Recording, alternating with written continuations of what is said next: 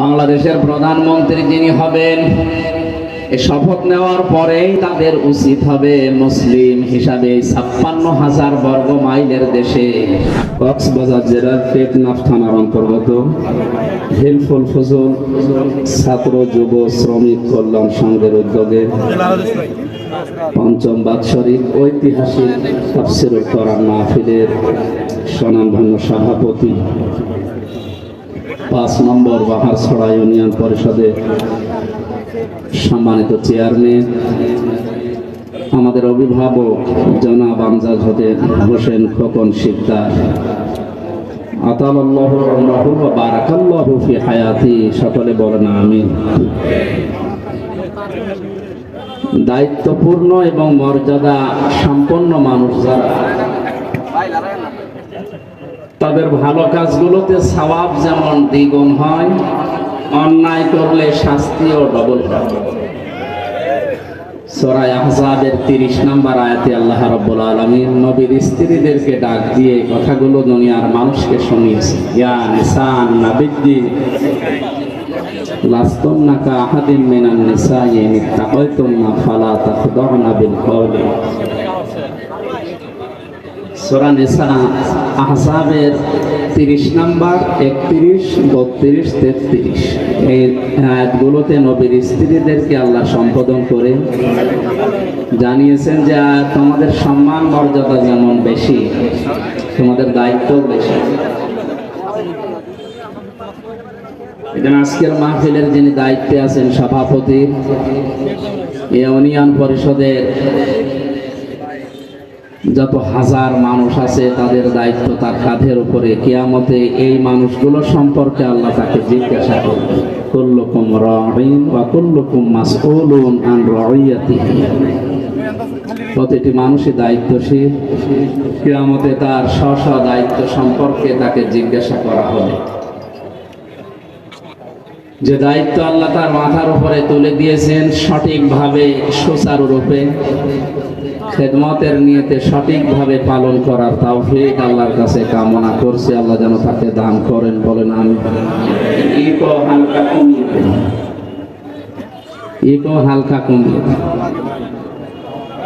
আমরা জানি কোরআনে কারীম শোনার কিছু আদব আছে, তার ভেতরে 2টা গুরুত্বপূর্ণ তথ্য আল্লাহ দিয়েছেন। ওয়াইদা কুরিয়াল কুরআনু ফাসতামিউ লাহু ওয়া আনসিতু লাআল্লাকুম তুরহামুন। এটা আর 10টা অনুষ্ঠানের মতো অনুষ্ঠান না, এটা আল্লাহর কোরআনে কারীমের অনুষ্ঠান। এটা পুরাটাই ইবাদত। সুবহানাল্লাহ বলেন। এটা শোনার 2টা আদব আল্লাহ এখানে দিলে। যখন শুনবেন চুপ থাকবেন এবং স্থিরভাবে শুনবেন। ইন্না ফি যালিকা লাযিকরা লিমান কানা লাহু কলবুন আও আলকাস সামআ ওয়া হুয়া শাহীদ। আল্লাহ তাআলা বলেন, আবার অবশ্যই আমার এই জিকির যদি কেউ শুনতে চায় সে যেন দিলের কান লাগিয়ে শোনে, উপস্থিত হয়ে শোনে এবং অন্যের কাছে পৌঁছিয়ে দেওয়ার নিয়তে শোনে বা উপস্থিত। এই জন্য আমাদের উচিত হবে যে এটা যেহেতু 1-1.5 ঘন্টা কথা বলবো আমরা, পুরাটা এটা ইবাদত। ইবাদত যেভাবে করা লাগে আশা করছি আমরা ওইভাবে করব। আল্লাহ তুমি আমাদের তৌফিক দিও, আমিন। মাহফিলের প্রধান অতিথি সাইফুল মাসাহেব, টেকনাফ সদর ইউনিয়ন পরিষদের সাবেক চেয়ারম্যান জনাব শাহজাহান মিয়া, আল্লাহ তার জীবনের ভালো কাজগুলো মঞ্জুর করেন। অন্যায় যদি মানুষ হিসাবে কিছু করে নিজ গুণে যেন ক্ষমা করে দেন।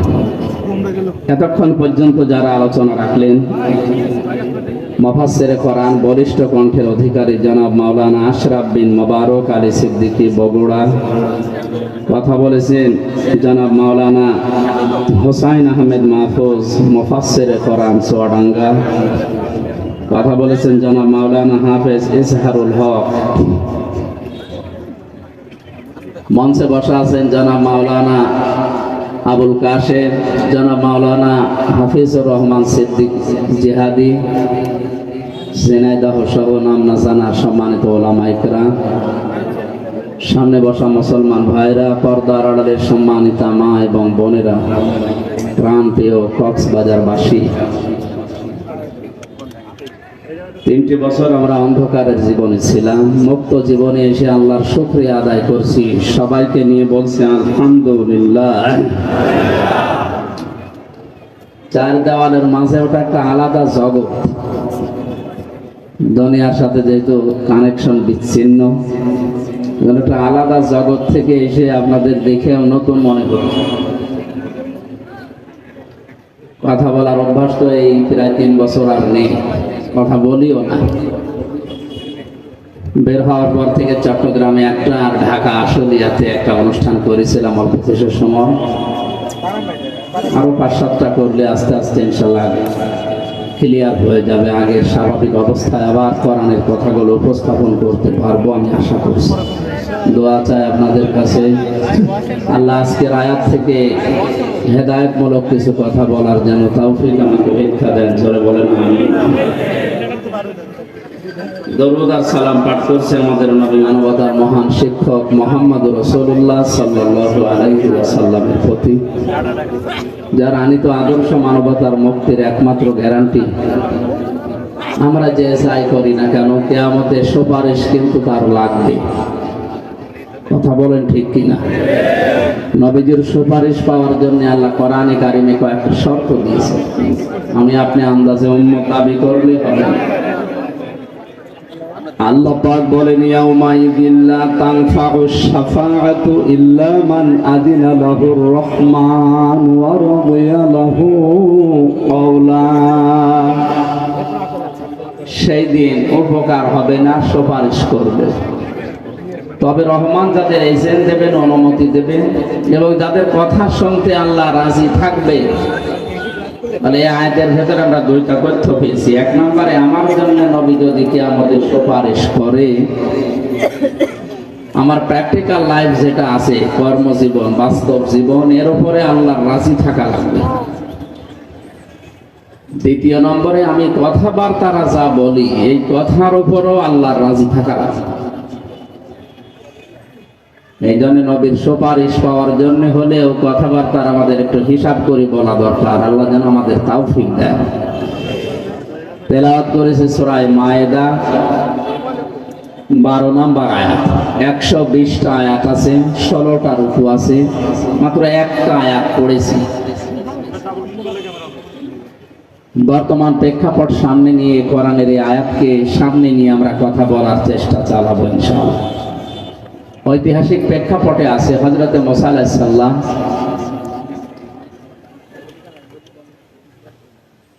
তার যে গোত্রের 12 জন নকিব বা অধিপতি, দায়িত্বশীল, আমরা মনে করেন এমপি বা মন্ত্রী যাই বলেন, এরকম 12 জন জনপ্রতিনিধিকে নিয়ে তিনি আল্লাহর সাথে কথা বলার জন্য তুর পাহাড়ে গিয়েছিলেন। এটা ইবনে কাসিরের বর্ণনা। তারা ওখানে যাওয়ার পরে বলল, হে আল্লাহ, আমরা তোমাকে দেখতে চাই। আল্লাহ পাক সাফ জানিয়ে দিলেন, মুসা, এদেরকে বলো যে আমার সাথে দেখা করা সম্ভব না। এই কথা থেকে প্রমাণ হয়, দুনিয়ার এই চর্ম চোখের দ্বারা আল্লাহর দর্শন দুনিয়াতে থাকতে কারোর জন্যই সম্ভব না। যারা আজ উলট পালট কথা এরকম ছড়ায় যে আল্লাহর সাথে আমার কথা হয়, দেখা হয়, এগুলো কোরআনে কারিমের আয়াত অনুযায়ী, আল্লাহর বক্তব্য অনুযায়ী এটা পুরাটাই মানে মিথ্যা, বাটপারি, সিটারি ছাড়া আর কিছু না। সুতরাং এরকম কোনো কথা যদি কেউ বলে, আপনারা ঘন অক্ষরেও বিশ্বাস করবেন না। হযরতে মুসা নবীর সাথে যে 12 জন নকিব, দলপতি, প্রতিনিধি, মন্ত্রী মনে করেন, 12 জন পাওয়ারফুল মন্ত্রী, এক একটা গোত্র থেকে এক একজন দায়িত্বশীলকে নিয়ে তিনি আল্লাহর সাথে দেখা করার জন্য গিয়েছিলেন। আল্লাহ রাব্বুল আলামিন বলেন, মুসা, তাদেরকে জানিয়ে দাও যে আমি তাদের সাথে দেখা করব না বা সম্ভব না।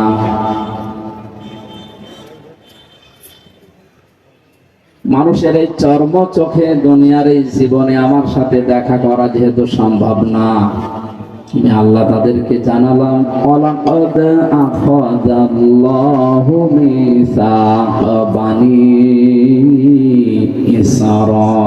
ইসরাঈল। ওয়া মানে এবং লাকাদ মানে অবশ্যই, আখাযা মানে গ্রহণ করা, আল্লাহ মানে আল্লাহ তাআলা নিজে।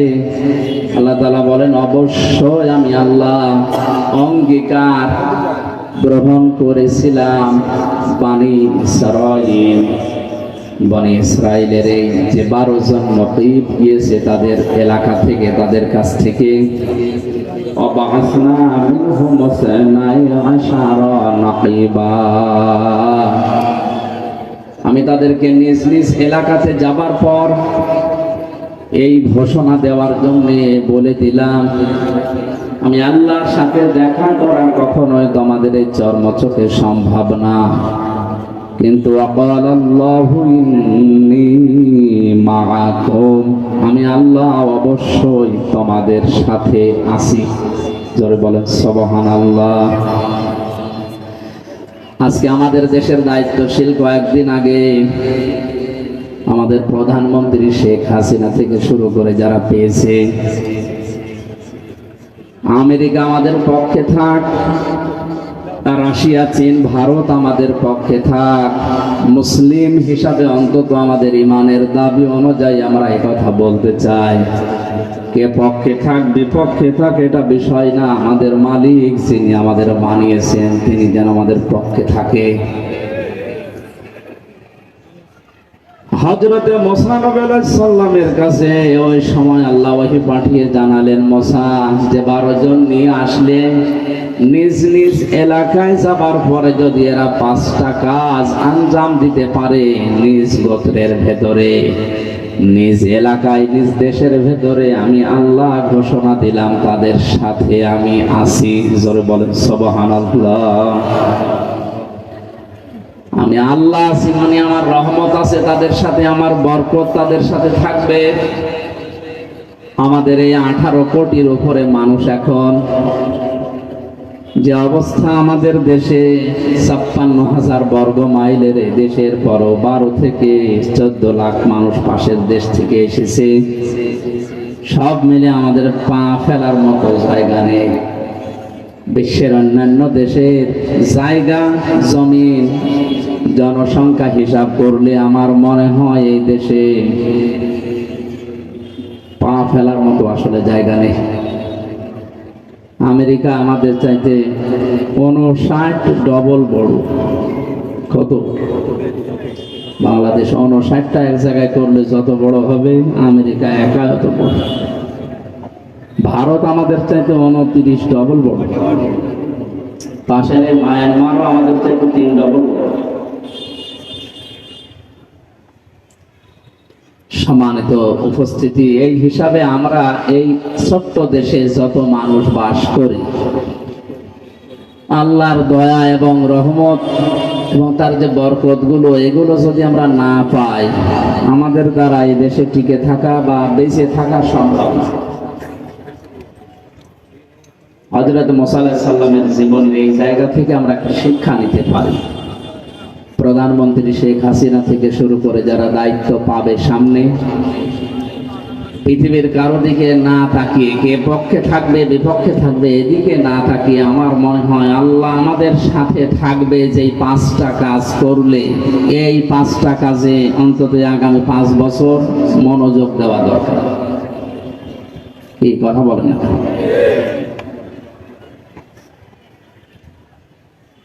দল মত নির্বিশেষে হয়তো আমার বরকত আমি ঢেলে দেব। সৌদি আরবে কয়েকদিন আগে স্বর্ণের খনি পেয়েছে, বাংলাদেশে এরকম কোন খনি আল্লাহ আবিষ্কার করে দিতে পারে না, তার দ্বারা সম্ভব না। সুতরাং অনেক কোন বললে ফায়াকনের পর্যায়ে আসতে আর 1 সেকেন্ডের সময় লাগে না। এই হিসাবে আমরা আল্লাহর দিকে তাকিয়ে তাকে সঙ্গে রাখার জন্য মুসা নবী আলাইহিস সালামকে যেমন 5টা কথা বলেছিলেন, আমাদের অভিভাবক যারা সামনে হচ্ছে এদেরকে আমরা এই 5টা কাজের আঞ্জাম দেওয়ার জন্য অনুরোধ জানাবো। আল্লাহ পাক বলেন মুসা এদেরকে বলো নিজ নিজ এলাকায় যে তারা যদি লাইন আকামতুমুস সালাতা ওয়া আতাইতুমুজ যাকাতা ওয়া আমানতুম বিরুসুলি, এক নম্বরে এরা যেন নিজ এলাকায় গিয়ে নামাজ কায়েম করে। কি করে বলে? বাংলাদেশের প্রধানমন্ত্রী যিনি হবেন, এই শপথ নেওয়ার পরেই তাদের উচিত হবে মুসলিম হিসাবে 56,000 বর্গ মাইলের দেশে আল্লাহর রহমত, দয়া এবং তাকে যদি আমরা সঙ্গে রাখতে চাই, সংসদে সর্বপ্রথম বিল পাশ করা লাগবে নামাজের। এ দাবিতে আপনারা আছেন না নেই? সূরা হজের 41 নম্বর আয়াতে আল্লাহ কোরআনে কারিমে জানিয়েছেন, কোন মুসলিম যদি রাষ্ট্র ক্ষমতা পায়, চেয়ার পাওয়ার পরে সংসদে প্রথম অধিবেশনে তারা 4টা কাজ জারি করবে। আল্লাযীনা ইম্মাক্কান্নাহুম ফিল আরদি আকামুস সালাতা ওয়া আতাবুজ যাকাতা وَأَمَرُوا بِالْمَعْرُوفِ وَنَهَوْا عَنِ الْمُنكَرِ وَلِلَّهِ عَاقِبَةُ الْأُمُورِ। আমি পৃথিবীর কোন মুমিনকে যদি রাষ্ট্র ক্ষমতায় বসায়, ক্ষমতার চেয়ারে বসার পরেই তারা সর্বপ্রথম সংসদে নামাজের বিল পাশ করবে। কিসে? 50 বছরের উপরে আমরা পার হয়ে গেলাম, স্বাধীন হয়েছি। আপনি ঘুরে ফিরে দেখেন 50 বছরে একবারও কোনো হিন্দু প্রধানমন্ত্রী হয়নি। হয়েছে? বলেন বলেন। নামে হলে অন্তত মুসলমান প্রধানমন্ত্রী আমরা পাই। রাষ্ট্রপতি বলেন, প্রধানমন্ত্রী বলেন, যাই আমরা 50 বছরে পেয়েছি সে মুসলিম। উচিত ছিল অন্তত এদেশে 50 বছরের সংসদে নামাজের বিলটা পাশ করা।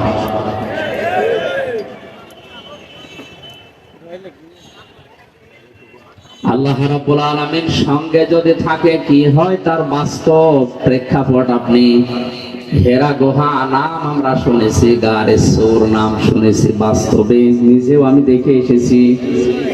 মুহাম্মদুর রাসূলুল্লাহ যেদিন আল্লাহর নির্দেশ পাওয়ার পরে তিনি হিজরত করছিলেন, ওই সময় কোরআন এবং হাদিস যেটা দেখিয়েছে আমাদের, চারিদিকে তার শত্রুপক্ষ এসে খোলা খোলা তরবারি নিয়ে বাড়ির চারিদিকে দাঁড়িয়েছিল। আল্লাহ পাক ওহী নাযিল করলেন, মুহাম্মদ সাল্লাল্লাহু আলাইহি ওয়াসাল্লাম চারিদিকে এরা দাঁড়িয়ে আছে খোলা তরবারি নিয়ে, আপনাকে এই মুহূর্তে বিদায় করে দেবে। সুতরাং আপনি এক কাজ করেন, আপনার বাড়ি যেটা, ঘর যেটা, ঘরের এই মেঝে, এখানে তো বালি দিয়ে তৈরি করা মেঝে, এক মোট বালি হাতে তুলে নেন, ফোক লাগান, সামনের দিকে আপনি ছুঁড়ে মারেন। কোরআনে কারিমের সূরা ইয়াসিনের 1 থেকে 9 নম্বর আয়াত পর্যন্ত তিনি পড়েছিলেন, وَجَعَلْنَا مِنْ بَيْنِ أَيْدِيهِمْ سَدًّا وَمِنْ خَلْفِهِمْ سَدًّا فَأَغْشَيْنَاهُمْ فَهُمْ لَا يُبْصِرُونَ। তেলাওয়াত করার পরে ফোক লাগালেন, সামনের দিকে ফিকে মারলেন, ছুড়ে মারার সঙ্গে সঙ্গে পাড়ের চারিদিকে যত কাফের সবার চোখে বালি পৌঁছিয়ে দিয়েছে আল্লাহর কুদরত, আল্লাহর দয়া, আল্লাহর রহমত। জোরে বলেন আল্লাহু আকবার। নবীজিকে পরবর্তীতে আল্লাহ জানিয়েছিলেন, হে নবী, সামনের দিকে বালি আপনি ছুড়ে মারার পরে এটা তো সামনে যে কাফের ছিল তার চোখে যাবার কথা, চারিদিকে কাফেরদের চোখে পৌঁছিয়ে দিয়েছে কে বলেন? ওমা রমাইতা ইয রমাইতা ওয়ালাকিন্নাল্লাহা রমা। আপনি তো সামনের দিকে বালি ছুড়ে মেরেছিলেন, চারিদিকে কাফেরদের চোখে পৌঁছিয়ে দেওয়ার দায়িত্ব পালন করেছি আমি আল্লাহর ক্ষমতা। জোরে বলেন আল্লাহু আকবার। হযরতে আলীকে ডাক দিয়ে বললেন, আলী, চারিদিকে যারা দাঁড়িয়ে আছে এই মানুষগুলোই তাদের মাকে, তাদের বাবাকে, তাদের নেতাকে বিশ্বাস করে না। এজন্য আমার কাছে তাদের টাকা পয়সা, সোনা গহনা আমানত হিসাবে টোপলা টোপলা করে রেখে গেছে। এগুলো নিয়ে যদি আমি এখন পালিয়ে যাই, এগুলো নিয়ে যদি আমি মদিনায় হিজরত করি, তাহলে পরবর্তীতে আমার আল আমিন নামের কলঙ্ক হবে। কোন নামে? আমি শুধু কথা বলার জন্য বলছি না, প্রতিটি কথা থেকে আমি শিক্ষা বের করার চেষ্টায় আছি। টেকনাফের মুসলমানেরা, এটা যেহেতু রেকর্ড হচ্ছে, কালকে সকালে সারা দুনিয়ার বাংলা ভাষাভাষী মুসলমানদের কাছে এটা পৌঁছিয়ে যাবে। সবাইকে উদ্দেশ্য করে বলছি, আপনি তাকান, জীবন মরণ নিয়ে যেখানে টানাটানি, যারা চারিদিকে দাঁড়িয়ে আছে এরা কেউ আপনজন না, সব তার জানের শত্রু।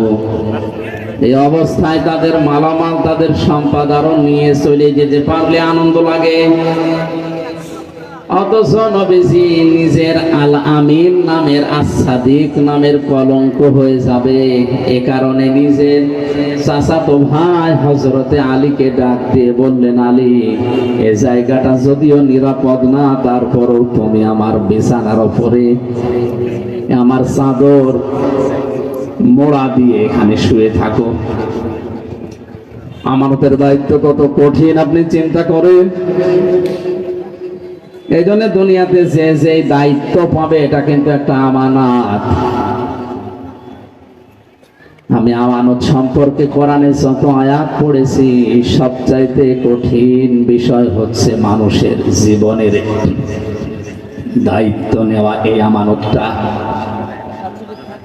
আমার নিজের দায়িত্ব, আমি নিয়ে কিয়ামতে জবাব দিতে পারবো কিনা। লক্ষ কোটি কোটি মানুষের দায়িত্ব আমার মাথার উপরে। এই যে কত কঠিন বিষয়, এটা আপনি যতক্ষণ অনুধাবন না করবেন ততক্ষণ বুঝবেন না। এই জন্য নবীজি থেকে শুরু করে যারা দুনিয়ায় দায়িত্ব পেয়েছে, আমরা দেখি খোলাফায়ে রাশিদিন সহ কেউ জোর করে দায়িত্ব নিতে চাইতো না, বলতো না, আমি নিজের জীবন সম্পর্কে তো ওয়াকিফাল না, আমি নিজের জীবন সম্পর্কে জবাব দিতে পারবো কিনা। এতগুলো মানুষের দায়িত্ব নিয়ে কিয়ামতে আমি নিজে আবার জাহান্নামী হয়ে যায় কিনা। এই অনুভূতি যতক্ষণ পর্যন্ত এই দেশের 1628 জন মানুষ এখন দায়িত্বে আছে, এই মানুষগুলোর ভেতরে যতক্ষণ হযরতে ওমরের মতো অনুভূতি সৃষ্টি না হবে, ততক্ষণ এই দেশ শান্ত হওয়া সম্ভব না। বিশ্বনবীর জীবনী শুনে অনেকে এই যে সুবহানাল্লাহ, আলহামদুলিল্লাহ, অনেকের চোখ ভিজে যাচ্ছে। কি কষ্ট করেছে। নিজের বাস্তব জীবনের সাথে যদি আপনি মেলাতে যান, তখন টের পাবেন বাস্তবতা কত কঠিন। আমরা জানি নবীজির জীবনী শুনলে সওয়াব হয়। হ্যাঁ, কখন সওয়াব হয়? যখন এই কথাগুলো নিজের প্র্যাকটিক্যাল লাইফে আপনি মেলাতে পারবেন তখন। হযরতে আলীকে বললেন, আমার এই চাদরটা মোড়া দিয়ে এখানে ঘুমিয়ে থাকো। ওই যে টোপলা টোপলা গুলো দেখতে পাও, এগুলো কারো স্বর্ণ, কারো রূপা, কারো টাকা পয়সা আমার কাছে রাখা। ওরা নিজেদের মানুষদেরকে বিশ্বাস না করে আমার কাছে আমানত রেখেছে। এগুলো আমি হিজরত করে যখন চলে যাব, ওরা সকালবেলায় এসে আমারে পাবে না। আমাকে না পেয়ে আমার বিছানায় যখন তোমাকে পাবে, সঙ্গে সঙ্গে তুমি এই নাম লেখা লেখা দেখে তাদের হাতে তাদের এই আমানত গুলো পৌঁছিয়ে দিও। হুজুর বলেন আল্লাহু আকবার। হযরতে আলী বলেন, সকাল বেলায় ওরা এসে দেখে চাদর মোড়া দিয়ে আমি ঘুমিয়ে আছি। বারবার আমাকে ডাক দেয়, মোহাম্মদ ওঠো। ওরা তো জানে না চাদরের নিচে কে আছে। একবার, দুইবার, তিনবার ডাক দেওয়ার পরও যখন আমি উঠি না, জোর করে ওরা চাদর টানাটানি করছিল। সিরাত ইবনে হিশাম লিখেছে, যত টানাটানি করে হযরতে আলী চাদরটা তত শক্ত করে ধরে রাখে। তার মনের ভেতরে এই চিন্তা ছিল, এরা চাদর টানাটানি করতে করতে যত সময় ক্ষেপণ হবে, বিশ্ব নবী দুই পা হলেও মদিনার দিকে এগিয়ে যাবে।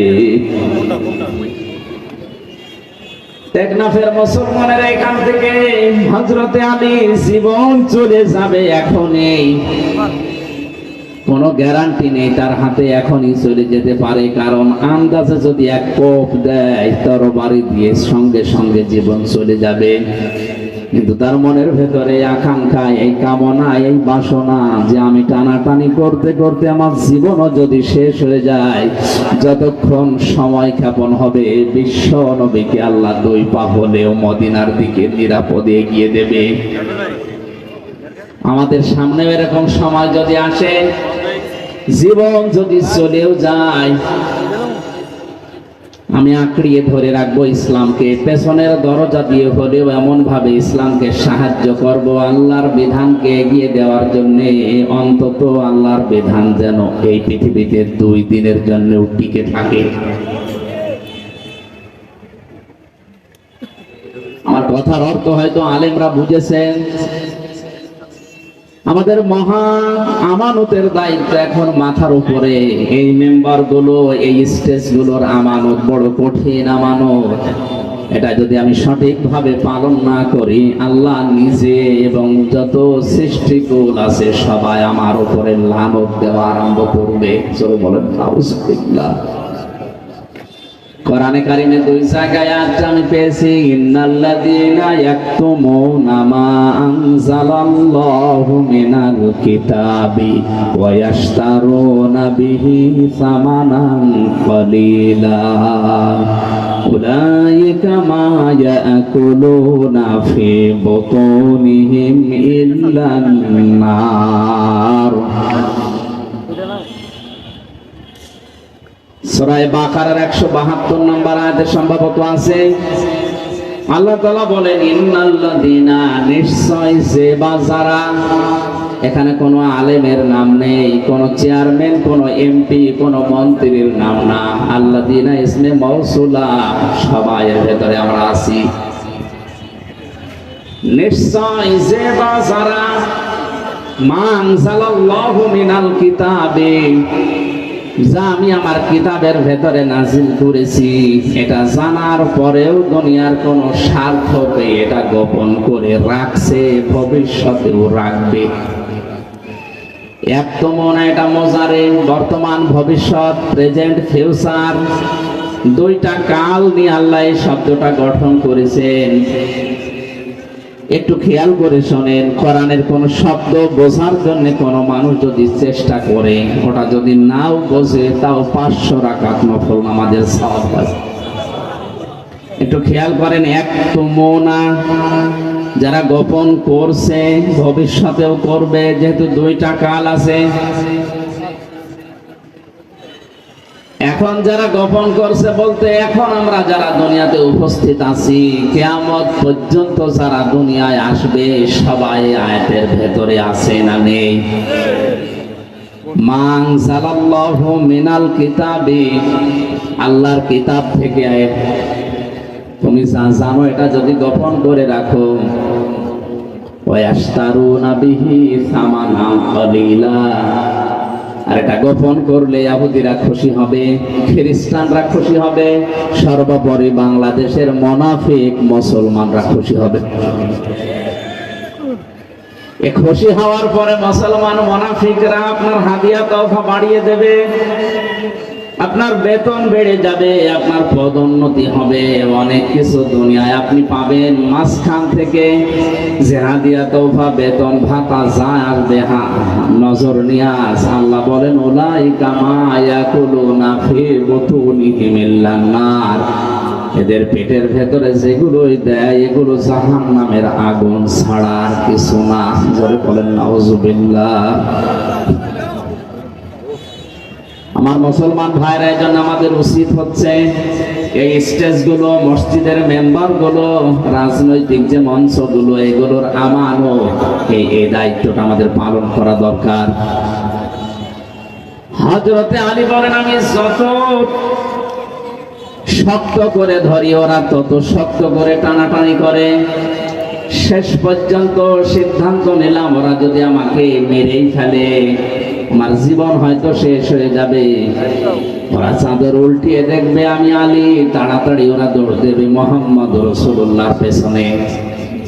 আমার তো মনে হচ্ছিল আমি যদি নিজের ইচ্ছা করে চাদর ছেড়ে না দিতাম, তামাম দুনিয়ার কাফেররা মিলেও যদি চাদর টানাটানি করতো, চাদর ছিঁড়তে পারতো না। জোরে বলেন আল্লাহু আকবার। নবীজির ওই জীবনের দিকে তাকিয়ে, নিরাপত্তার দিকে তাকিয়ে শেষ পর্যন্ত আমি চাদর ছেড়ে দিলাম।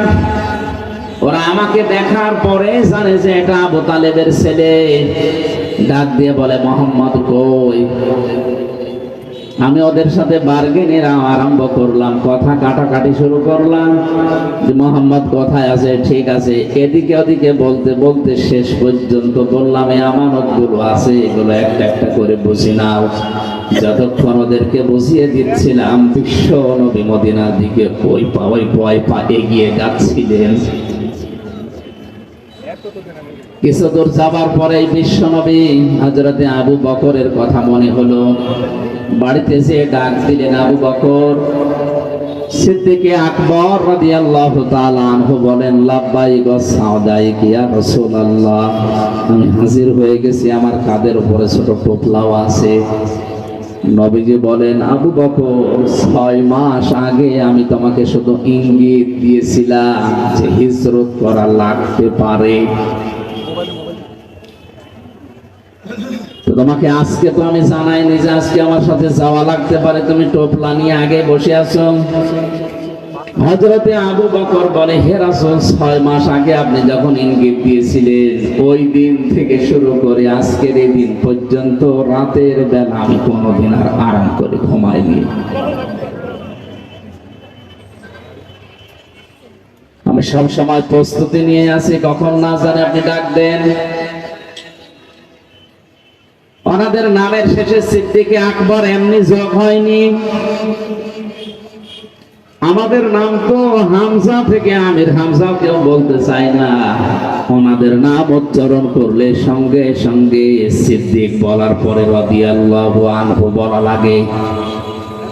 এটা শুধু 1 বছর 2 বছর 5 বছর না, কিয়ামত পর্যন্ত যত মুসলমান দুনিয়ায় আসবে তাদের নাম শুনলেই বলা লাগবে রাদিয়াল্লাহু তাআলা আনহু। আমাদের মতো 60 বছর 63 বছরের জীবন তাদের ছিল। এই ছোট্ট জীবনে কি এমন কাজ দুনিয়াতে করলেন, উপহার দিলেন যে আল্লাহ তাদেরকে চিরন্তন করে দিয়েছেন। যা আমাদের উচিত আমাদের ছোট্ট জীবনে এমন এমন কিছু কাজের আঞ্জাম দেওয়া, মারা যাওয়ার পরে কোটি কোটি বছর যেন আল্লাহর বান্দাদের দোয়ায় আমরা শামিল থাকতে পারি। নবীজি আবু বকরকে নিয়ে চলে যাচ্ছিলেন, বিশ্ব নবীকে নিয়ে। হযরতে আবু বকর মদিনার পথে উল্টা দিকে যাওয়ার সময় যতগুলো ঘটনা ঘটেছে আমি ইতিহাস বলার জন্য বলছি না, আমি শুধু এখানে একটা ইঙ্গিত দেওয়ার জন্য এসেছি।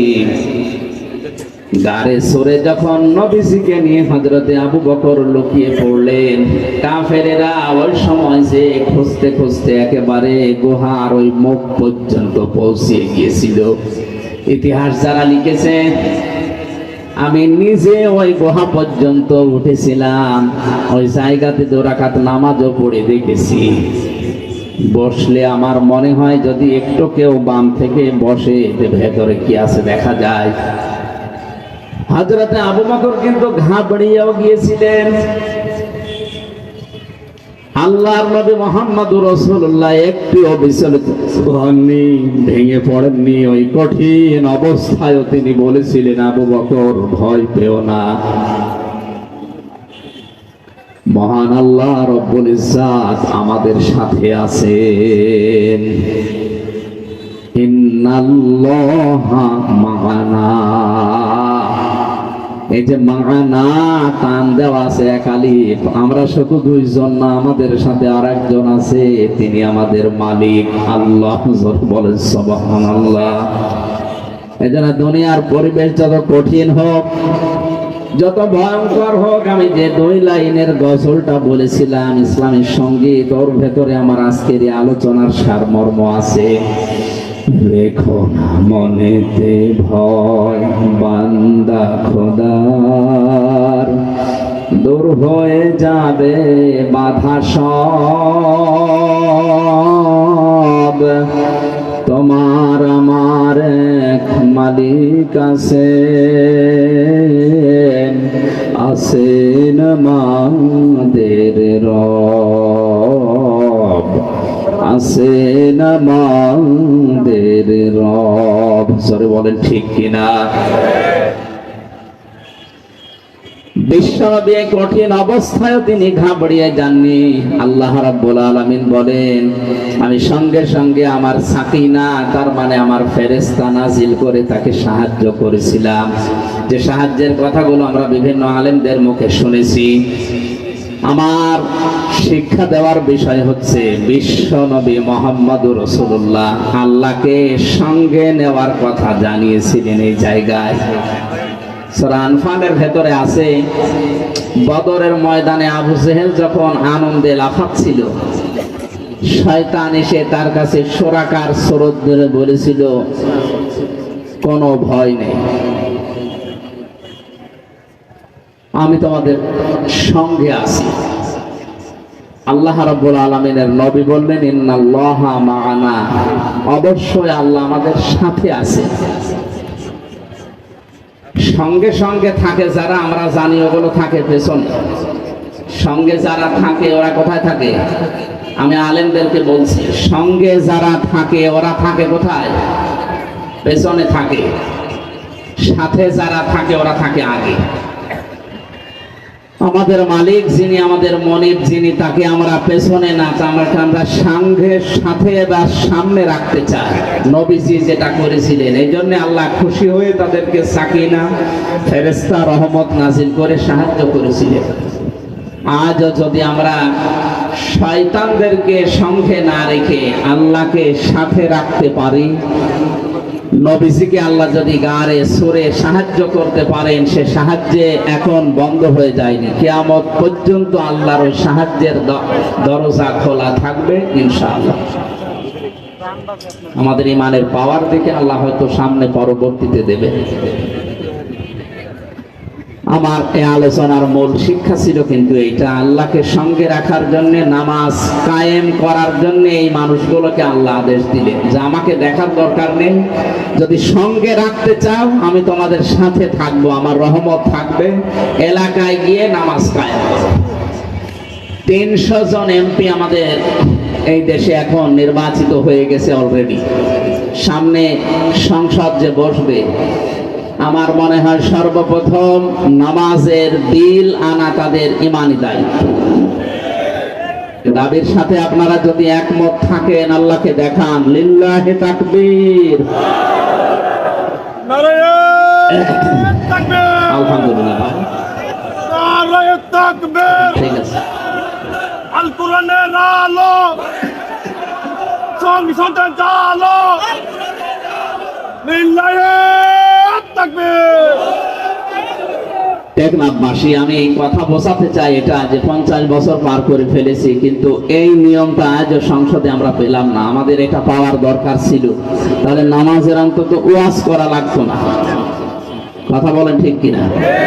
আল্লাহ এখানে নামাজ পড়ার কথাও দেননি, দিয়েছেন লাইন আকামতুমুস সালাত, যদি তারা নামাজ কায়েম করে। কি করে? নামাজ পড়া আর নামাজ কায়েম করা এক না। নামাজ কায়েম করা মানে নামাজকে দাঁড় করানো। পৃথিবীতে মানুষের যত জরুরি কাজ আছে, সবচাইতে জরুরি কাজ মানুষের জন্য যদি 4টা হয়, তার অন্যতম হচ্ছে মুসলমানদের সবচাইতে জরুরি কাজ হচ্ছে 5 ওয়াক্ত ফরজ নামাজ আদায় করা। এর চাইতে অন্তত জরুরি কাজ মানুষের জীবনে মুসলমানদের জন্য আর নেই। এটা হাজারো মানুষ বিভিন্ন ছলে, বিভিন্ন সোতানাতা দিয়ে নামাজকে নষ্ট করে ফেলে। কিয়ামতের সর্বপ্রথম আল্লাহ যে হিসাবটা মানুষের কাছে নেবে, তোর সন্তান কয়জন ছিল তা না, টাকা পয়সা কত কামিয়েছো তা না, নামাজ কতটুকু পড়েছো সঠিকভাবে, এটা আগে আমার কাছে বলো, এরপরে পরবর্তী হিসাব তোমার নেওয়া হবে। এই জন্য মুসলমানের একটু হিসাব করছি, যেখানে যারা আছেন অনেকে নামাজ এখনো ধরেননি বা পড়েন না। আজকের এই মাহফিল থেকে যদি সিদ্ধান্ত নেওয়া যায় যতদিন আজরাইল না আসে অন্তত ফরজ নামাজ আমি ছাড়বো না, এটা পারা যায়? পারা যায় এটা? সম্মানিত মা বোনেরা, আপনাদেরকে বলছি আল্লাহর পক্ষ থেকে আপনাদের যেই কয়দিন ছুটি দেওয়া আছে, 3 দিন 5 দিন 7 দিন 10 দিন বাদ দিয়ে বাকি সময়টুকু আপনি যত বড় গুরুত্বপূর্ণ কাজে থাকেন না কেন, নামাজটা বাদ দেওয়া যাবে না, অন্তত ফরজ নামাজ। সুন্নত নফল যদি পড়তে না পারেন পরবর্তীতে সময় করে পড়ে নিয়ে, তো ফরজ নামাজ মাস্ট বি, যখন সময় হবে পড়াই লাগবে। এমনও মাসলা পেয়েছি, মহিলাদের সন্তান যখন দুনিয়ায় আসে, প্রথমে সন্তান আসে না, প্রথমে পানি দেখা যায়, এরপরে রক্ত দেখা যায়, এরপরে সন্তানের মাথা বের হয়ে গেছে। নবীজি বলেন এমন অবস্থায়ও যদি নামাজের সময় হয়ে যায়, তুলার ভেতরে মাথা সন্তানের বিছিয়ে দিয়ে মহিলাকে বলো নামাজ পড়তে। বলেন তো, জীবন মরণ নেওয়ার সময় টানাটানি না? এরপরও নামাজ ছেড়ে দেওয়ার কথা নবীজি বলেন না যে নামাজ বাদ দেওয়া যাবে না। যে না, আশা করছি আমি নামাজের ওয়াজ করার জন্য বসি না, খালি একটা পয়েন্ট বললাম, যত কাজে থাকেন ফরজ নামাজটা বাদ দেবেন না, তাহলে আপনি আল্লাহর জিম্মা থেকে আল্লাহর চোখের আড়াল হয়ে যাবেন। এমনকি এমনও কোরআনে সূরা তাহার 124 নম্বর আয়াতে আছে, আমান আ'রাদা আন যিকরি ফাইন্না লাহু মাঈশাতান দানকা ওয়া নাহশুরুহু ইয়াওমাল কিয়ামাতি আ'মা ক্বালা রাব্বি লিমা হাশারতানি আ'মা ওয়া ক্বাদ কুনতু বাসীরা। কোন মানুষ যদি আল্লাহর নামাজ থেকে, আল্লাহর জিকির থেকে, আল্লাহর আইন থেকে মুখ ফিরিয়ে নেয়, মহান আল্লাহ তার জীবনকে দঙ্কা সংকীর্ণ করে দেয়। দঙ্কার ব্যাখ্যায় আমি প্রায় 33টা অর্থ পেয়েছি তাফসিরে। এবার যারা মুফাসসির আছে, আলেম আছে, একটু জ্ঞানী মানুষ আছে, তাদেরকে বলছি আল্লাহ রাব্বুল আলামিন দঙ্কা শব্দ মাঝখানে লাগালেন কেন? আমি ভার্সিটিতে থাকাকালীন যত তাফসির এই দঙ্কা শব্দ নিয়ে মিলিয়েছিলাম, মুফাসসিরিন ইকরাম সবাই এই বাক্যের, এই শব্দের এক অর্থই দিয়েছে, এটা দুনিয়ার আয় উন্নতি মনে হবে, অনেক কিছু করে ফেলেছি। আল্লাহর বিধান বাদ দিয়ে কেউ যদি সম্পদ উপায় করে, আল্লাহর বিধান নষ্ট করে কেউ যদি দুনিয়ায় চর্মচোখে দেখতে পাওয়া যায়, বহু কিছুর মালিক হয়ে গেল লোকটা। আল্লাহ পাক বলেন ওর ভেতরে আমি বরকত দেব না, শান্তি রাখবো না। আসবে 10 টাকা, বিভিন্ন সাইড দিয়ে যাবে আরো 12 টাকা। সরে বলেন নাউজুবিল্লাহ। আল্লাহর বিধান বাদ দিয়ে কেউ যদি সুদ খায়, এটা আল্লাহর বিধানে আছে না বাইরে? এই কথা বলেন না কেন? এই নিষিদ্ধ কাজ করে সম্পদ উপায় করলে, ঘুষ খেয়ে, এই যে বিভিন্ন জিনিস আপনাদের পাশ থেকে যেগুলো আসে অবৈধভাবে, এগুলোর ব্যবসা করে চর্ম চোখে হয়তো মনে হবে যে বহু কিছুর মালিক হয়ে গেলাম, গাড়ি বাড়ি নারী টাকা পয়সা বহু কিছু আমার চর্ম খুঁজে দেখা যায়। আল্লাহ বলেন আমি দঙ্কা করে দেব, কারণ এটা আমার বিধানের ভেতরে ছিল না। এই কারণে ওর জীবনকে আমি সংকীর্ণ করব। টাকা পয়সা আসবে 10 লাইন থেকে, খরচ হবে 20 লাইন থেকে। 40,000 টাকা হয়তো ঘুষ খেয়ে, আবার ব্যবসা করে, নাকি এটা বলা ঠিক হচ্ছে না? এলাকায় আছে এগুলো। এই যে ডাইলের ব্যবসা যারা করে, বাবার ব্যবসা যারা করে, এগুলো কি বৈধ না অবৈধ? আপনারা যাই মনে করেন, আপনাদের এলাকায় মনে হয় এই টেকনা প্রক্রিয়ার জন্য এটা বৈধ আছে। এই কাজ করে হয়তো বাড়িতে 40,000 টাকা আপনি আজকে নিয়ে গেলেন। এই দঙ্কাটা ভালো করে শোনে না, 40,000 টাকা বাড়িতে নিয়ে গিয়ে দেখলেন আপনার স্ত্রী মাথা ধরে পড়ে আছে। কি গো, আমার মাথা ব্যথা, চলো ডাক্তারের কাছে। ওখানে গেল 5,000। বাড়িতে এসে দেখছেন আপনার ছোট্ট সন্তান চিল্লাচ্ছে, কি গো জিনে ধরেছে? হুজুর ডাক দিয়ে ঝেড়ে নে, কবিরাজ নিয়ে আয়। ছেলের দিকে তাকিয়ে, কি তোমার কি? আমার পেটে ব্যথা। এক একটা সমস্যা এক একটা সমস্যা এক একটা সমস্যা আসতে আসে। নিয়ে এসেছিলেন 40,000 টাকা, চলে যাচ্ছে 42,000। এটাতে থাকবে না। আল্লাহর বিধানটা বাদ দিয়ে কেউ যদি উপায়ন্তর করে, আল্লাহ দঙ্কা করবে তো দঙ্কা করবে। নাহশুরুহু ইয়াউমাল কিয়ামাতি আমা, এটা আরো কঠিন। এই দুনিয়ায় শেষ না, যখন আরেকটা জগৎ সামনে আসবে মরণের পরে, ওই জগতে উঠবেন, যখন চোখ থাকবে না, অন্ধ হয়ে উঠবেন। জোরে বলেন নাউজুবিল্লাহ। লোকটা বলবে, রব্বুল আলামিন আমার তো চোখ ছিল, আজকে আমার চোখ অন্ধ কেন? তুমি চোখটা ভালো করে দাও, আমি আদম নবীকে দেখবো। উনি 60 হাত লম্বা ছিলেন, 40 হাত মোটা ছিলেন, একটু দেখবো কেমন আদম নবী। আল্লাহ রাব্বুল আলামিন ধমক দিয়ে বলবেন, ক্বালা কাযালিকা তাতকা আয়াতুনা ফানাসিতাহা ওয়া কাযালিকাল ইয়াউমা তুনসা। আজকের এই দিনে আমি তোকে ভুলে গেলাম, যেভাবে তুই আমার বিধান, আমার নামাজ, আমার জিকির, আমার আইন ভুলেছিলি। শুধু ভুলেই গেলাম না, তুই যে আমার বান্দা ছিলি হামজা নামে একজন, তুই যে আমার বান্দি ছিলি রহিমা নামে একজন, কোনদিন তোদের এই নাম আমি আল্লাহর এই জবানে আর উচ্চারণ করব না।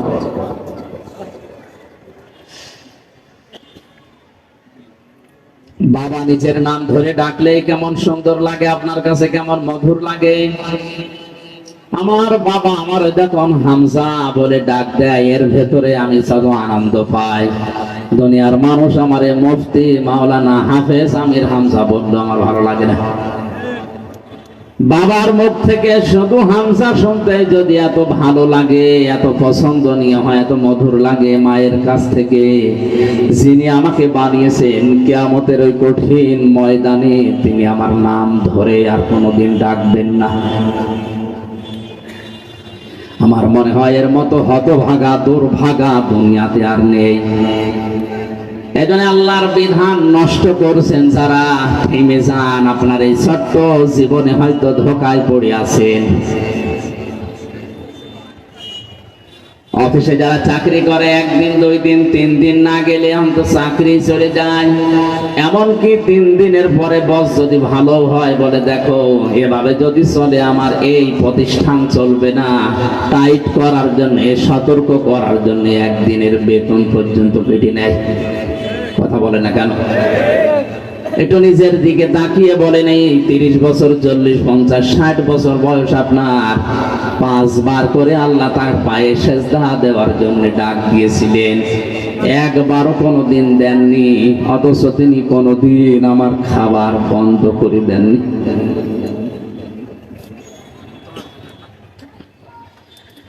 কক্সবাজারবাসী আমরা আল্লাহকে সঙ্গে রাখতে চাই। মহান আল্লাহর বরকত, রহমত, তার শক্তি আমাদের সাথে থাক, এটা আমরা চাই। তাহলে নামাজ পড়া না, শুধু নামাজ কায়েম করা লাগবে, নামাজ কায়েমের আন্দোলন করা লাগবে। বাস্তবতা আজ হয়েছে উল্টা, নামাজ পড়ে নামাজ কায়েম তো করে না, নামাজ কায়েমের আন্দোলন যারা করে তাদেরকে আজ ধরে ধরে অনেকে পিটায়। আল্লাহকে সঙ্গে রাখতে হলে আপনাকে নামাজ পড়া না, নামাজ কায়েম করা লাগবে। কোরআন পড়ে আমি নামাজ পড়ার কথা মাত্র 1 জায়গায় পেয়েছি। কয় জায়গায়? ফাসাল্লি লিরাব্বিকা ওয়ানহার। হে নবী, আপনি নামাজ পড়েন আপনার রবের নামে। কোরআনে আছে শুধু 1 জায়গায়। আর 72 জায়গায় ডাইরেক্ট, ইনডাইরেক্ট পেয়েছি 120 জায়গায়। প্রত্যেকটা জায়গায় আল্লাহ দিয়েছেন নামাজ কায়েম করো, নামাজ কায়েম করো। এতবার বলার দরকার কি? প্রত্যেকটা শাব্দিক অর্থের একটা অর্থ থাকে। এই যে অক্ষরগুলোর একটা শাব্দিক অর্থ থাকে। কেউ যদি টাকা পয়সা নিয়ে আপনার সাথে ব্যবসা করে, আমরা 2 জন ব্যবসা করতাম, ওনার 5 লাখ আমার 10 লাখ টাকা এক জায়গায় করে ব্যবসা করেছিলাম, হঠাৎ 2 মাস পরে উনি যে লাভ হয়েছিল লাভগুলো নিয়ে টাকা পয়সা নিয়ে পালিয়েছে। মাওলানা আমারে জিজ্ঞাসা করছে, আমির হামজা আপনার সাথে যে ব্যবসা করতো সেই লোক কই? আমি যদি ওনারে বলি 65 মানে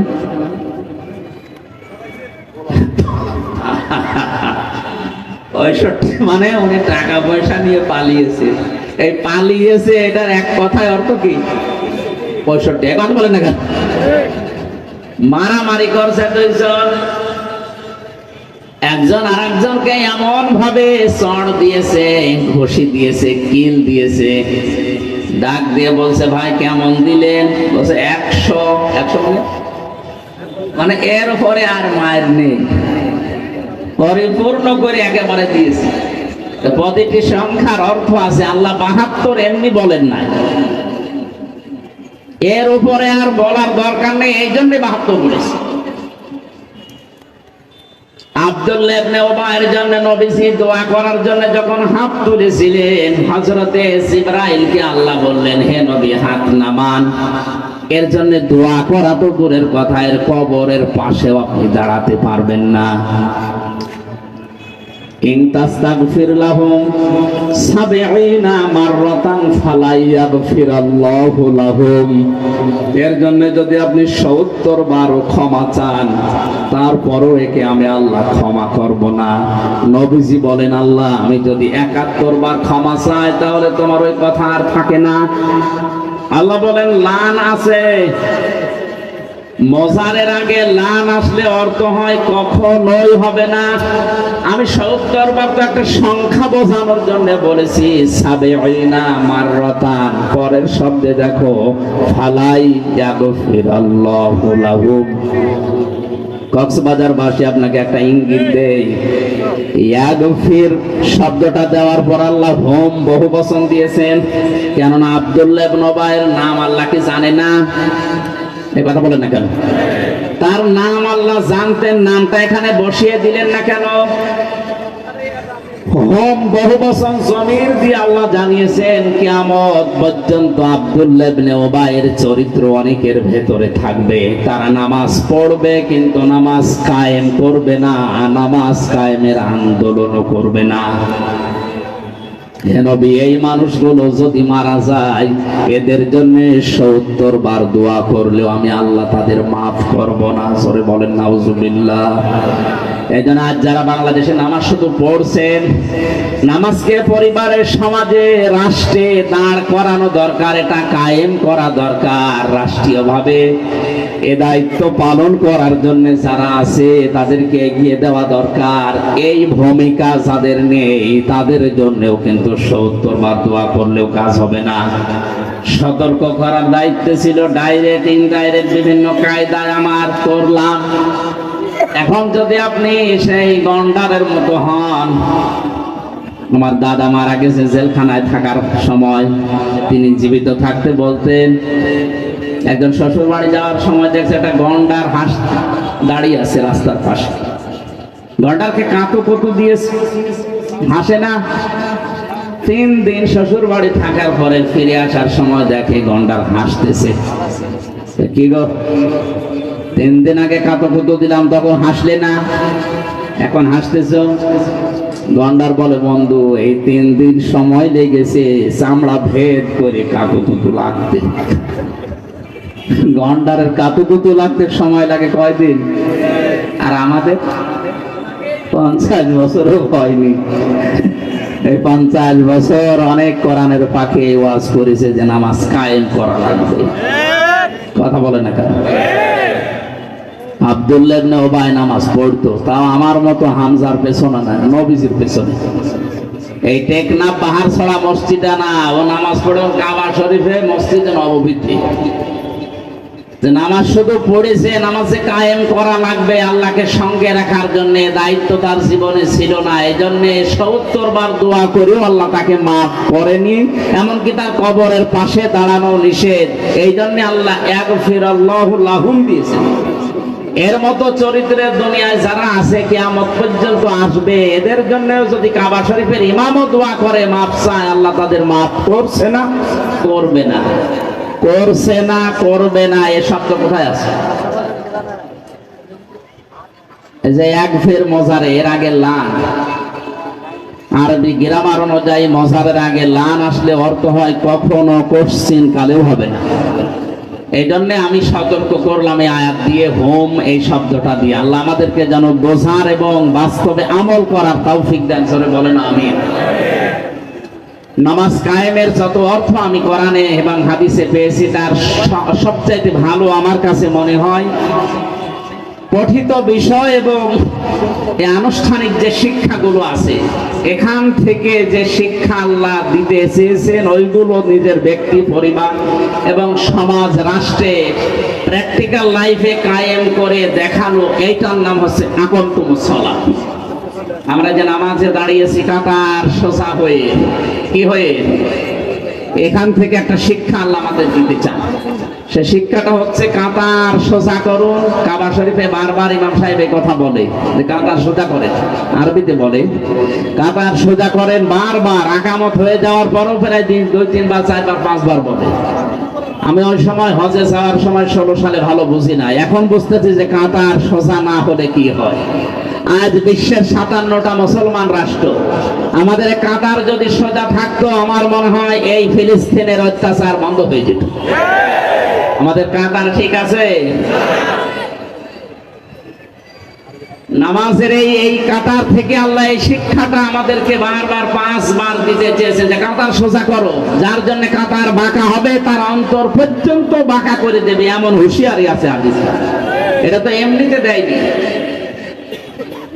আজ আমরাও যদি বাংলাদেশে যারা বাস করি, এরা যদি 5 ওয়াক্ত নামাজের মতো কাতার সোজা করে সমাজে আমরা সোজা হয়ে যেতাম, এই দেশে কেউ অন্যায় করে সমাজে টিকে থাকতে পারতো না।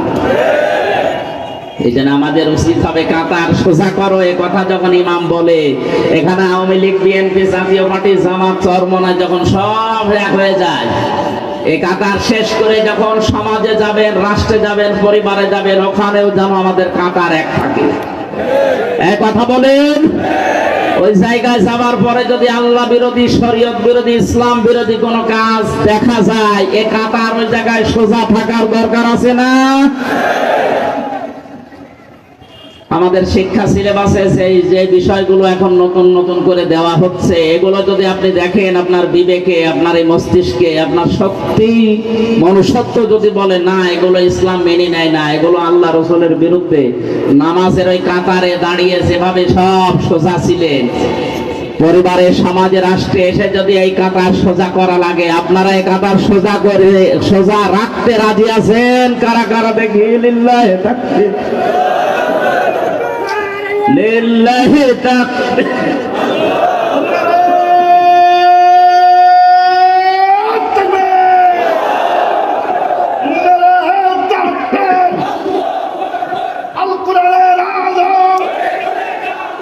সংসদে যাবো, আল কোরআনের আলো, আল হাদিসের আলো, সংসদে যাল।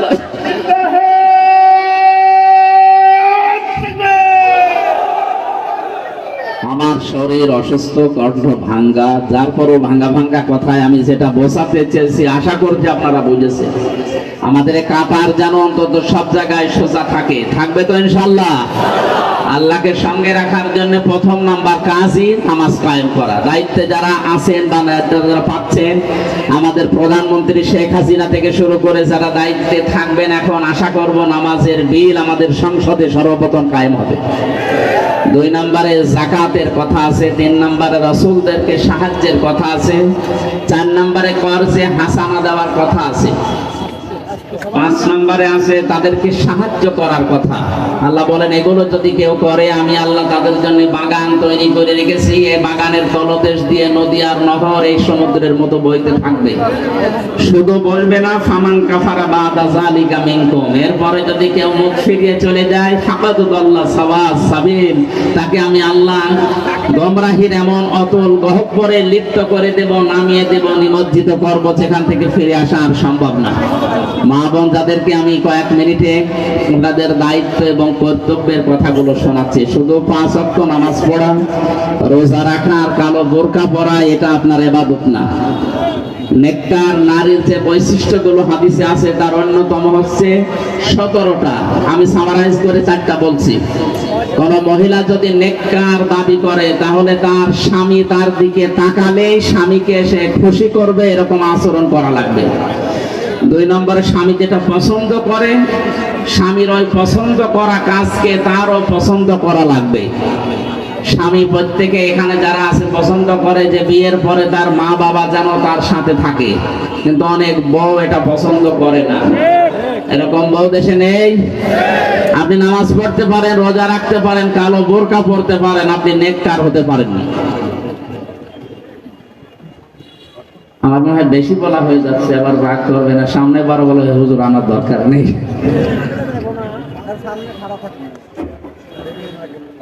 এরপরে আছে কোন স্বামী যদি তাকে কোন জায়েজ কাজের আদেশ দেয়, জীবন থাকতে সে জায়েজ কাজ তার জীবনে সে আদায় করবে। সন্তান সন্ততি এবং তার সম্পদ আদি যেগুলো তার আমানতে থাকবে, দায়িত্বে থাকবে, এগুলোর সঠিক ব্যবহার সে করবে। আল্লাহ আমাদেরকে মা বোনদের এই দায়িত্বগুলো, নামাজ রোজা মাস্ট বি, এগুলো তো থাকবেই, পাশাপাশি এই দায়িত্বগুলো সঠিকভাবে পালন করার তৌফিক দিন, আমিন। কোরআনে পাক যদি আমি শিক্ষা দেই, আমার ফজিলত কি, আমার লাভ কি? হাদিস শরীফে আসছে, যে ব্যক্তি দিন শিক্ষা করার জন্য বাড়ি থেকে বাইর হবে, আল্লাহ রসুল বলেন তার জন্য জান্নাতের রাস্তাটা আল্লাহ পাক আসান করে দেন, সহজ করে দেন। সুবহানাল্লাহ। সমস্ত সৃষ্টি তার জন্য দোয়া করতে থাকে, এমনকি সমুদ্রের মাছ পর্যন্ত ওই সন্তানের জন্য দোয়া করতে থাকে। গর্তের পিপিলিকা পর্যন্ত দিন শিক্ষা করার জন্য, কোরআন শিক্ষা করার জন্য যে বাড়ি থেকে বেরিয়ে আসে তার জন্য দোয়া করতে থাকে, আল্লাহর কাছে মাগফিরাত কামনা করতে থাকে। সুবহানাল্লাহ। হাশরের ময়দানে তার ফজিলত কি হবে?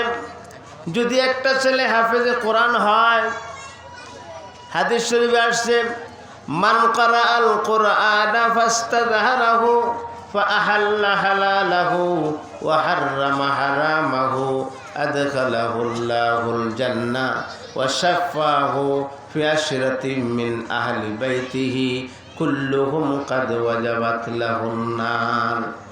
আল্লাহর নবী বলেন, যে ব্যক্তি কালামে পাক শিক্ষা করলো এবং হালালকে হালাল জেনে আমল করলো আর হারামকে হারাম জেনে বর্জন করলো, এমন ব্যক্তি তো নিজে জান্নাতে যাবেই, আরও এইরকম 10 জন ব্যক্তিকে জান্নাতে সুপারিশ করে নিতে পারবে, যে 10 জনের জন্য জাহান্নাম ওয়াজিব হয়ে গেছে, সারা জাহান্নামে যাবে। এইরকম 10 জন ব্যক্তিকে সে সুপারিশ করে করে জান্নাতে নিতে পারবে। তো সন্তান সর্বপ্রথমই তো মা বাবাকে নিবে। শুধু তাই না, মা বাবার মাথার মধ্যে নূরের একটা টুপি, এমন নূরের টুপি পরায় দেওয়া হবে, সূর্যের আলোকে হার মানাবে এরকম একটা নূরের তেজস্বরী একটা মুকুট পরায় দেওয়া হবে, একটা টুপি পরায় দেবে মা বাবাকে, যে সন্তানটা দিন শিক্ষা করলো। সুবহানাল্লাহ। মা বাবাকে জান্নাতে নিবে, তার দাদা দাদিকে জান্নাতে নিয়ে যাবে, তার নানা নানিকে জান্নাতে নিয়ে যাবে, এবং তার শ্বশুর শাশুড়ি এবং যেখানে থেকে সে লজিং থেকে লেখাপড়া করেছিল এই 2 জনকেও সে জান্নাতে সুপারিশ করে নিতে পারবে। এই 10 জন ব্যক্তিকে নিতে পারবে। তাদের মধ্যে যদি অনেকে জান্নাতি হয়ে যায়, যে কোনো 10 জন মানুষকে সুপারিশ করে জান্নাতে নিতে পারবে। আল্লাহর রসুল 1500 বছর আগেই সংবাদ জানিয়ে দিয়েছেন, যারাই কোরআন শিক্ষা করবে এবং এই কোরআনের শিক্ষা অনুযায়ী তার জীবন গড়বে, হালালকে হালাল জেনে আমল করবে, হারামকে হারাম জেনে বর্জন করবে, আল্লাহর রসুল বলেন ওই ব্যক্তি নিজেও জান্নাতি, আরও 10 জনকে জান্নাতি নিতে পারবে। সুবহানাল্লাহ। তো সেই জান্নাত তো সাধারণ জিনিস না। দুনিয়াতে একটা মানুষ দেখুন, দীর্ঘদিন মেহনত করার পরে শেষ বয়সে সে একটু আরাম আয়েশ করে চলতে চায়, আরাম আয়েশে থাকতে চায়, এই জন্য মেহনত করে 1-2 বছর না, প্রথম 5 বছর বাদ দেন, পরে 5 বছরের পর থেকে লেখাপড়া শুরু। কমপক্ষে 15 বছর লেখাপড়া করতে হয়। তাহলে 15 বছর লেখাপড়া করলো, লোকটার বয়স হয়ে গেল 20 বছর। 20 বছর পরে যদি সে একটা চাকরি নেয়, তো চাকরি করবে কমপক্ষে 30 বছর, তো 50 বছর হয়ে গেল। একটা মানুষ তো 50 বছর বাঁচবে কি না এটা তো কারো গ্যারেন্টি নাই, জানা আছে?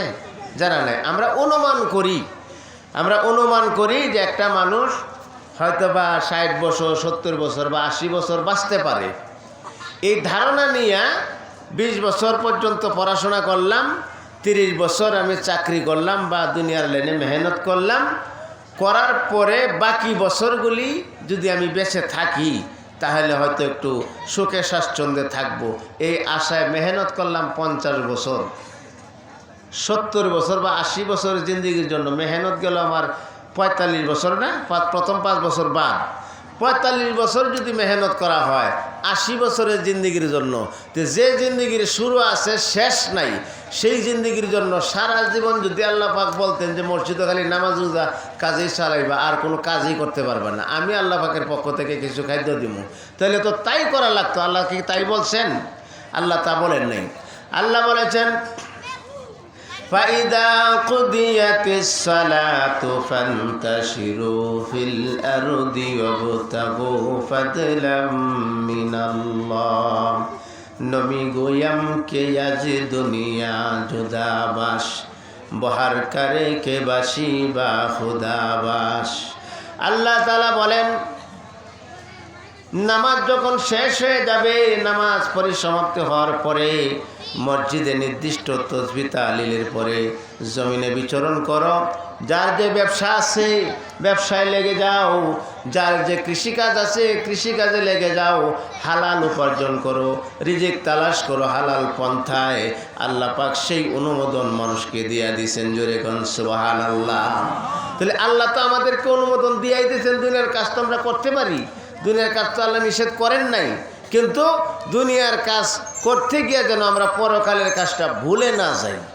দৈনিক 5 ওয়াক্ত নামাজ, ফজরটাও ধরতে গেলে দিনের ভাগেই প্রায় পড়া যায়, কথা ঠিক না? ফজর, জোহর, আসর, মাগরিব 4টা নামাজ প্রায় দিনের ভাগেই পড়ে। শুধু এশার নামাজটা একটা রাত্রের মধ্যে পড়তেছে। তাহলে আমি সারা দিন আমার কর্ম করব, আল্লাহ পাক এই অনুমোদন দিয়ে দিয়েছেন। শুধু খালি 5 ওয়াক্ত নামাজে আমার সর্বোচ্চ 1-1.5 ঘন্টা সময় যাবে। তা আল্লাহ 24 ঘন্টা সময় দিয়েছেন আমার ঝামেলা মিটাইবার জন্য। আর 2টা ঘন্টা কি মালিকরে দিতে পারি না, যে মালিক 24টা ঘন্টায় আমার জন্য বরাদ্দ করছেন?